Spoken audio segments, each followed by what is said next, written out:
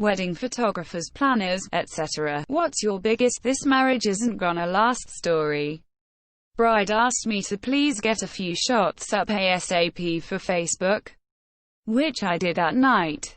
Received a 1 a.m. phone call from the groom, furious that I had made him look bad by posting pictures where his hair looked all sweaty. This was an outdoor wedding in Louisiana on July 4th at noon. They didn't last a year. One wedding I bartended about 7 years ago. The best man was giving his toast and made a joke about the size of the groom's penis. One of the male guests yelled out, "She's missing my extra 4 inches." Quote. That led to a very awkward silence, and a couple groomsmen had to hold the groom back. I later found out the guy who yelled out was an ex-boyfriend of the bride. Audio guy here. Groom passed out not once but twice during the ceremony. Like standing there. Gee, this guy isn't looking well. Bam. Groom on the deck, smelling salts. We get him up. Get him some water and orange juice. Get through the vows and yep. Here he goes again. Not as bad. How about we just sit down on the steps and finish the ring ceremony? The whole time his brother, the best man, has that look like, I really should just scoop and run with him out of here. The poor bride has the worst look on her face, like OMG, what do I do? 6 months later, it was over. Photographer here. I've seen some things. Let me tell you. 1. Christmas time wedding. Groom's family decides they hate the bride's family during the reception. There was a lot of barefoot dancing going on at the time, so the groom's family took the glass Christmas ornaments that wear the wedding favors off the tables and threw them on the dance floor. Of course they shattered and everyone got their feet cut up. This couple had been together for 5 years before getting engaged.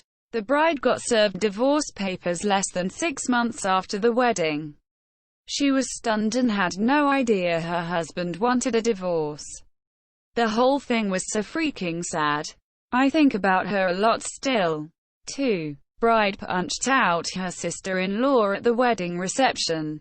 They spent the rest of the evening hurtling random insults at each other throughout the wedding events. Since the wedding was at a remote campground, the Sill did not leave. I DJ'd a wedding maybe 10 years back.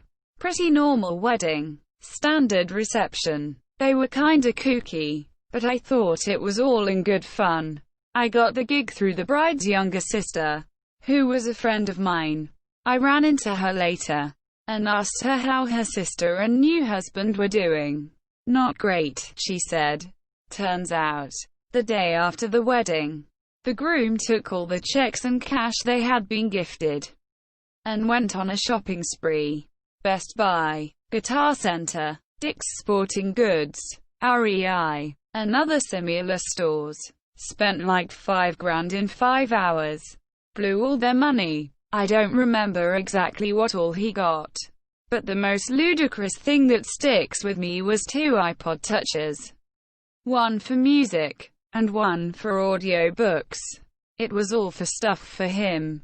I think he got her a backpack at REI. She was not into the outdoors. They were both in their mid-30s, with established careers.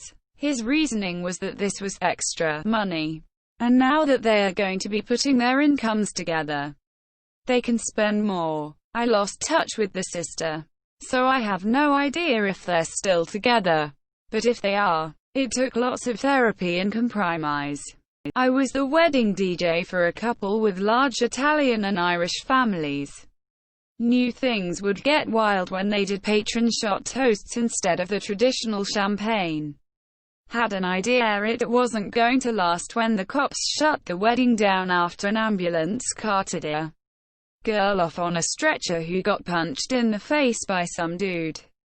Bride pouted through all of her photos because I couldn't magically make 2 hours of photography happen in a 35 minutes we had. She legit wanted 4 locations, all family formals, and wedding party shots done in just over a half hour. From all that I saw at the wedding, it seems like she doesn't get told no a lot. She was a nightmare to work with, and the venue's coordinator literally did a happy dance once it was over. Pre-pandemic Pennsylvania pro wedding photographer here with a story that is tangential, sort of in this vein. I got a call from a wedding client a few years back. All names changed, of course. Hey, Conrad Erb. It's Jason Smith. Do you remember me? Quote. Oh hey man. Yes, I do. Been a while, maybe 5 years. How is married life? Quote. Well, Sandra and I loved your pictures, but things didn't totally work out. But the good news, I'm getting married again. Quote. Oh, wow. Sorry to hear that, but also congrats. Quote. I loved working with you for the first wedding, and wanted to see if you could shoot the second wedding down in Florida. Sure. Happy to talk about it. So, who are you marrying? What's the story? Quote. Well, do you remember Nicole? Quote. Sorry, remind me. Quote. Nicole was one of Sandra's bridesmaids. Oh, really? No kidding. Yup. Less than, seen greater than. Photographer here. Had a groomsman hit on me all night. Kept putting his hands on me. Told the bride and groom I was getting uncomfortable and they both just laughed at me. Ended up literally following me to the bathroom and started grabbing my boobs and trying to kiss me. Had to throw him off of me and told the bride and groom I was leaving after their dances. 1 hour before I was scheduled to leave. They tried to sue me over it. Now they're divorced. Lol. I was a wedding coordinator at a country club. I also sold and detailed these weddings, so I knew the couples from the very beginning and shepherded them through the whole process. This was in rural NC, so plenty of young kids. In my 27-year-old eyes, getting married before they could legally drink, which weirded me out plenty and doesn't generally bode well for marriage longevity. But the one that really gave me pause, and I wish I remembered their names so I could look them up, was this really sweet, pretty girl who was with this overall douchey guy. He was a redneck in every sense of the word. Spoke like one, looked like one, and acted like one. He came to the meetings, but acted completely disinterested the entire time, actively dismissing my questions with "I don't care" eye rolls, and the like. Now, not every groom is 100% involved, but it always bothered me when they explicitly said they didn't care. Like, dude, this is your wedding too, and you're spending a not insignificant amount of money. Maybe try to pretend you're interested. Or if you can't do that, maybe don't come, instead of attending meetings just to shit on everyone's parade.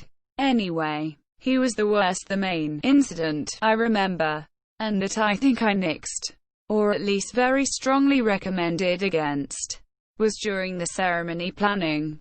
He wanted the officiant to ask the "speak now or forever hold your peace" thing, at which point the groom planned to look around menacingly while moving his suit jacket to expose the gun he would have in a holster. I definitely nixed the gun, but I seem to remember him still doing the menacing look during the ceremony. I could just be remembering the rehearsal, though. In any case, I got big red flag abuser vibes from him. I just remember being so sad for her. She was one of the nicest brides I had worked with. I also found out that she had been pregnant before the wedding, but I believe it was ectopic, so she had to terminate it. And she was understandably devastated. It was just an all-around sad thing, and I felt like I could just see into her future of never leaving the small town where the club was and living with a potentially abusive douche Chicano forever. And it made me so sad. This will last 5 months or 50 years. The bride and groom started a food fight during the reception at a military wedding. During a wedding music planning session with the bride, groom, and their mothers. A tense moment occurred that didn't bode well for long-term harmony in this couple's relationship. For the wedding processional, the mother of the bride insisted on having "Here Comes the Bride," just as had been played at her wedding years ago. The groom, however, wanted trumpet voluntary, as had been used at his mother's wedding. All four of them then started arguing amongst themselves, each determined to prevail, to bring peace to the situation. I simply said, "How about a compromise? I'll play 'Here Comes the Bride' for the processional and trumpet voluntary for the recessional." They all just looked in silence, then said, "Why, yes."